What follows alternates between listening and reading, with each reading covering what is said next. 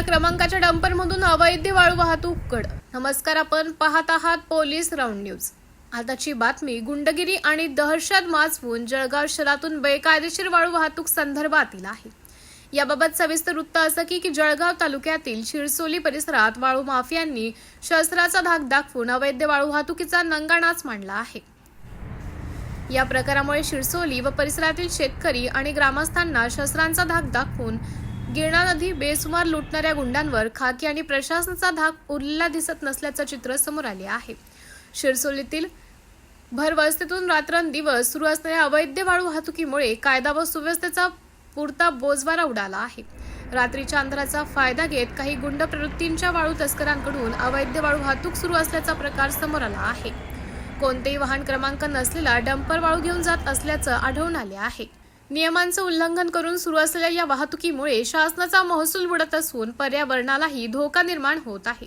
या सुरू असलेल्या अवैध वाळू वाहतुकीविषयी जर पोलीस व महसूल विभागाला माहिती नाही तर मग कुणाला माहिती आहे? सर्व काही माहिती असून सुद्धा पोलीस आणि महसूल विभाग कठोर कारवाईची कोणतीही ठोस भूमिका घेत नसल्याचं स्पष्ट आहे। याचा अर्थ हे सर्व राजरोसपणे सुरू आहे किंवा चालू द्यावं लागत आहे।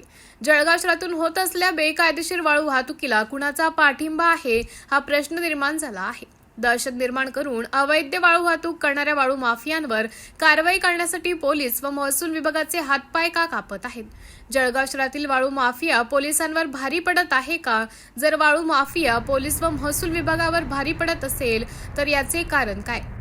आपल्याच विभागातील पोलीस कर्मचाऱ्यांना मुख्यालय जमा करून तर काहींना निलंबनाची कारवाई करून धाक निर्माण करणारे जळगाव जिल्हा पोलीस अधीक्षक श्रीकांत धिवरे यांनी बुलेटच्या सायलेन्सर पासून सुरू केलेली कारवाई दहशत अवैध वाळू वाहतूक करणाऱ्या डंपरजवळ आणून थांबवली का?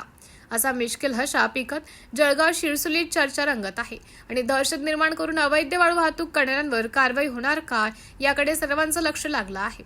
पोलीस राऊंडचे मुख्य संपादक शेखर सोनवणे यांचा रिपोर्ट, जळगाव, महाराष्ट्र।